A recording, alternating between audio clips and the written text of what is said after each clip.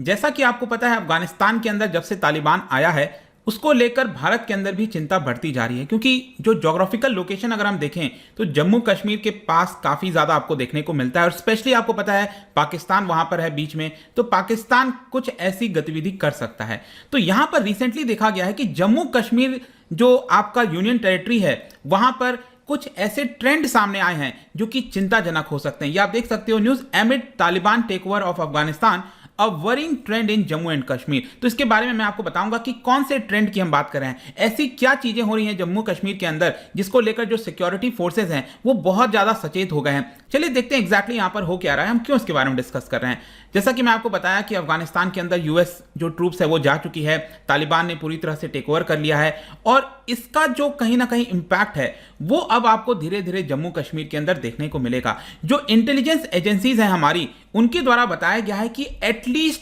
6 ऐसे ग्रुप हैं टेररिस्ट के, मैं 6 टेररिस्ट की बात नहीं कर रहा हूं, मैं 6 ग्रुप ऑफ जो टेररिस्ट हैं उनकी बात कर रहा हूं, मतलब बड़ी संख्या हो सकती है, वो कहीं ना कहीं कश्मीर वैली के अंदर आ चुके हैं और उनके एजेंडा पर कुछ हाई वैल्यू टारगेट्स हो सकता है, ऐसा यहां पर बताया गया है। जो जितने भी यहां पर खबर आ रही है, इंटेलिजेंस से डेटा सामने आ रहे हैं, उसको अब मैच किया जा रहा है अलग अलग एजेंसी के साथ मिलकर। तो देखते हैं, वो तो हमारी एजेंसी उससे निपटेंगी जो भी कुछ करना होगा, लेकिन वो ट्रेंड कौन सी मैं बात कर रहा हूं। एक तो अगर आप देखोगे जो वायलेंस है वो धीरे धीरे थोड़ा बढ़ते हुए आपको देखने को मिलेगा। यहां पर जो इंडिकेशन सामने आया उसमें बताया गया है कि 25 से 30 ऐसे टेररिस्ट हैं जो कि लगातार सिक्योरिटी फोर्सेस को थोड़ा परेशान किए हुए हैं पिछले 1 महीने में, और ग्राउंड लेवल पर भी अगर आप एविडेंस देखोगे तो लगातार वायलेंस धीरे धीरे बढ़ता जा रहा है जम्मू कश्मीर के अंदर, और साथ ही साथ यहां पर पिछले 1 महीने में ये राइज देखने को मिला है। जैसे कि यहां पर बताया गया है सीनियर ऑफिशियल्स के द्वारा कि हर रोज आपको एटलीस्ट एक किसी ना किसी प्रकार का आईडी अटैक देखने को मिलेगा या फिर पॉलिटिकल लीडर्स को अटैक किया जाएगा। हर दिन पिछले 1 महीने से ये धीरे धीरे हो रहा है।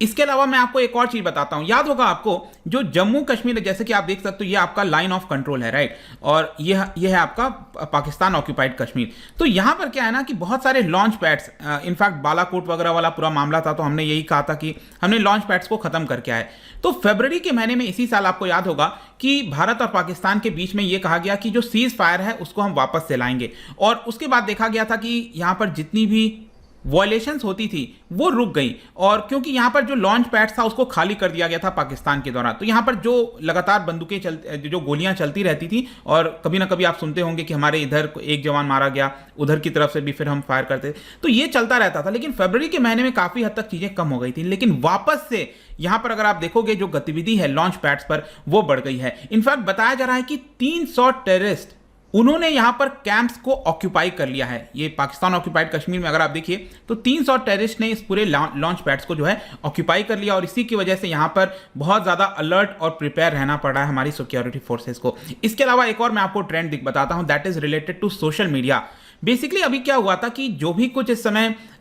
तालिबान के द्वारा जीत हासिल किया गया, जो भी है अफगानिस्तान के अंदर हो रहा है, उसको लेकर हमारे एजेंसीज के द्वारा यह देखा गया कि सोशल मीडिया पर बहुत सारे कॉन्ग्रेचुलेटरी मैसेजेस भेजे जा रहे थे कुछ लोगों के बीच में। मैं कुछ ही लोग कहूंगा, और इसको लेकर आपने देखा होगा जो एक्टर है नसरुद्दीन, उन्होंने भी इसको लेकर वीडियो बनाया था, कहा था कि कुछ लोग जो खुश हो रहे हैं ना हमारे देश के अंदर की कॉन्ग्रेचुलेशंस बोल रहे हैं तालिबान के टेक ओवर होने से, ये बहुत ही ज्यादा घातक है, सही नहीं है, क्योंकि तालिबान एक वो ऑर्गेनाइजेशन नहीं है जो सही तरीके से ट्रीट करती है लोगों को, राइट। तो यहां पर ये जो कॉन्ग्रेचुलेटरी मैसेज भेजे जा रहे थे उसमें से एक वीडियो सामने आया था। वो वीडियो बेसिकली क्या था कि पाकिस्तान ऑक्यूपाइड कश्मीर से कुछ यूथ क्या हुए होंगे, वो चले गए होंगे अफगानिस्तान तालिबान के साथ यहां पर मिलकर फाइट करने के लिए, और वो वापस पाकिस्तान ऑक्यूपाइड कश्मीर में जब आए तो उनको वेलकम किया गया, एकदम अच्छे से वेलकम किया जा रहा था। तो वो जो वीडियो है ना वो आपका जम्मू कश्मीर में भी काफी हद तक वायरल जैसा हो गया था, और इसी को लेकर जाहिर सी बात है कि जब इस तरह की चीजें जब यूथ देखेगा तो उसको उतनी समझ होती नहीं है, और एक प्रकार से विक्टोरियस वॉरियर जैसे तौर पर उसको देखा जाता है, और काफी लोग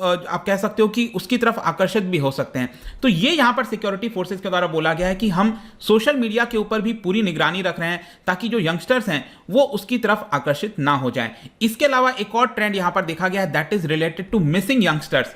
पिछले 1 महीने में अगर आप देखोगे, 1 या 2 महीने में यहां पर 60 ऐसे युवा हैं, यंग मैन हैं, जो कि गायब हो गए अचानक से अपने घरों से। बताया जा रहा है कि वो जब जा रहे थे तो उनके द्वारा बोला गया कि हम काम वगैरह करने जा रहे हैं, लेकिन अचानक से अब वो मिसिंग है, पता नहीं है कि एग्जैक्टली कहां गए। तो ये थोड़ी सी चिंता की बात है जिसके बारे में बताया गया है। और इसी को लेकर यहां पर जो टॉप पुलिस ऑफिसर्स हैं कश्मीर के अंदर, उनके द्वारा बोला गया कि हम जगह जगह जो पेरेंट्स हैं, लोग हैं वहां के लोकल, सबके साथ बातचीत कर रहे हैं और ये सीरियस कंसर्न है, क्योंकि हम सभी लोगों से अपील कर रहे हैं कि जो भी मिसगाइडेड यूथ है वो आपका वायलेंस को छोड़े और मेन स्ट्रीम में आ जाए। हम यहां पर पूरी तरह से उनका ख्याल रखेंगे। इनफैक्ट मैंने भी कुछ वीडियोस वगैरह देखा था कि जो आर्मी के पर्सनल वगैरह हैं वो यहां पर मीटिंग कर रहे हैं लोगों के साथ बैठकर, और पेरेंट्स को बोल रहे हैं कि ये आपकी जिम्मेदारी है कि आप अपने बच्चे को अपने पास बुलाइए और पूरी तरह से जो भी कुछ हम कर सकते हैं वो यहां पर करेंगे, इस चीज को छोड़ दीजिए। तो देखते हैं, काफी लोग समझते हैं इस चीज को, लेकिन कुछ ऐसे, मैं बताया ना, कुछ ऐसे लोग होते हैं जो इसकी तरफ आकर्षित हो जाते हैं, उसी को लेकर थोड़ी सी चिंता बढ़ गई है।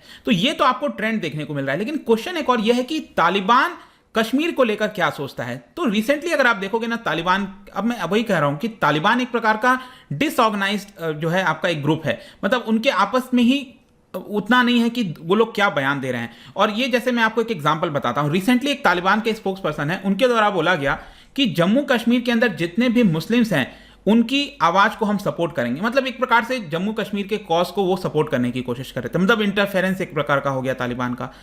और उनके द्वारा बोला गया कि we will raise our voice and say that Muslims are your own people, your own citizen. तो एक प्रकार से दिलासा देने की कोशिश की जा रही थी। लेकिन एक और यहां पर आपने सुना होगा, एक पर्सन है अनस हक्कानी। हक्कानी कह रहे हैं कि हमें कश्मीर से कोई लेना देना नहीं है, वो भी तालिबान के अंदर हैं, लेकिन वो कह रहे हैं कि हमारी क्लियर पॉलिसी है कि जब तक अफगानिस्तान के ऊपर किसी चीज का इंपैक्ट नहीं होता है तो हम उस देश के साथ कुछ भी इशू नहीं रखना चाहते हैं। उनका यह भी कहना था कि भले ही भारत सरकार ने अफगानिस्तान की सरकार का साथ दिया होगा पिछले 20 वर्षों से, लेकिन वो पास्ट था, हम आगे चलकर भारत के साथ अच्छे रिलेशंस रखना चाहते हैं। तो एक तरफ आपको ये वाला बयान दिख रहा है और दूसरी तरफ यहां पर कह रहे हैं कि नहीं, हम इंटरफेरेंस करेंगे। तो ये, इससे हम क्या समझ सकते हैं? देखो, ये बेसिकली अगर आप देखोगे ना इन बयानों को,